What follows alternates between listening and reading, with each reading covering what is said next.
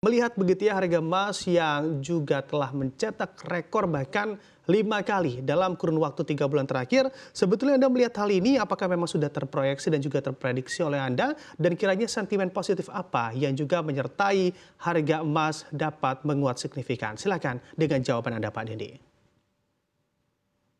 Ya, sebetulnya kenaikan harga emas ini mencerminkan, situasi ekonomi global yang, eee, masih memiliki ketidakpastian dan agak meningkat ya terakhir ini, makanya juga harga emas meningkat, eee, karena kemungkinan skenario, higher for longer ya untuk suku bunga dan slower for longer, yaitu untuk pertumbuhan ekonomi, ini kelihatannya kemungkinan ya bisa terjadi gitu ya. Skenario penurunan suku bunga pun kalau dilihat dari konsensus di Bloomberg, ya itu tertunda terus gitu. Tadinya kita expect kan di kuartal 1, tapi kemudian bergeser ke bulan Mei gitu ya. Mungkin ya kuartal 2 atau mungkin nanti bergeser lagi ke kuartal 3, tergantung perkembangan data inflasi.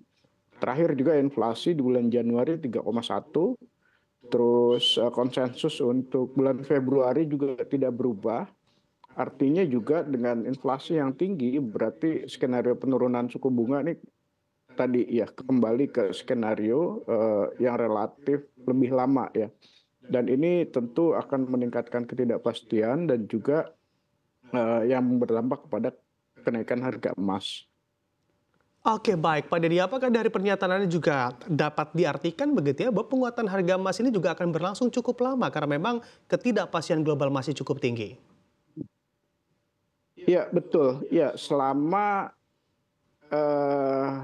inflasi masih tinggi ya, berarti juga akan memicu kenaikan harga emas. Jadi ya terakhir dengan kebijakan suku bunga tinggi ini kan memang tadinya diharapkan untuk menekan inflasi, tapi ternyata ini makin atau lebih lama ya dari pada ekspektasi, sehingga ya harga emas akan terpicu naik ya.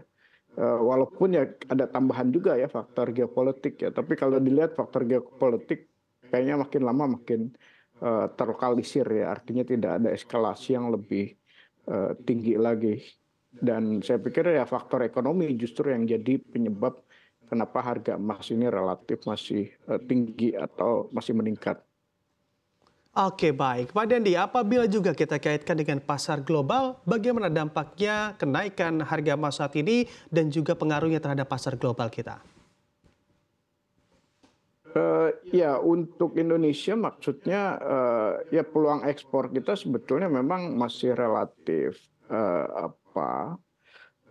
ya terakhir juga ya terus tertekan karena dua efek ya. Satu efek harga, harga-harga komoditas kan relatif menurun ya, penerimaan ekspor juga menurun. Terus kedua, untuk barang-barang manufaktur yang kebanyakan memang ditujukan ke negara maju ya seperti tekstil gitu ya, alas kaki, furniture ya andalan ekspor kita, itu juga under pressure juga karena memang ya ekonominya masih relatif belum recover gitu ya, sehingga secara umum ya peluang ekspor memang akan menurun dibandingkan tahun 2023.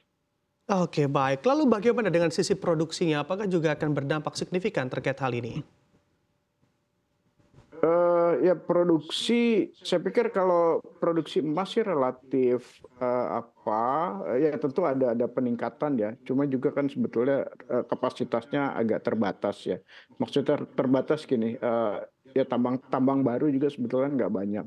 Ya kalaupun ada peningkatan tidak terlalu signifikan gitu ya, dengan keterbatasan yang ada, artinya tidak mudah kan untuk menambah kapasitas produksi emas. Jadi supply itu relatif nggak bertambah banyak, tapi ya demand ini yang meningkat ya seiring dengan tadi permintaan yang meningkat karena memang ada ketidakpastian, sehingga orang mengalihkan aset-aset finansialnya ya ketika ada ketidakpastian itu ke safe haven, ya emas yang paling primadonanya. Oke.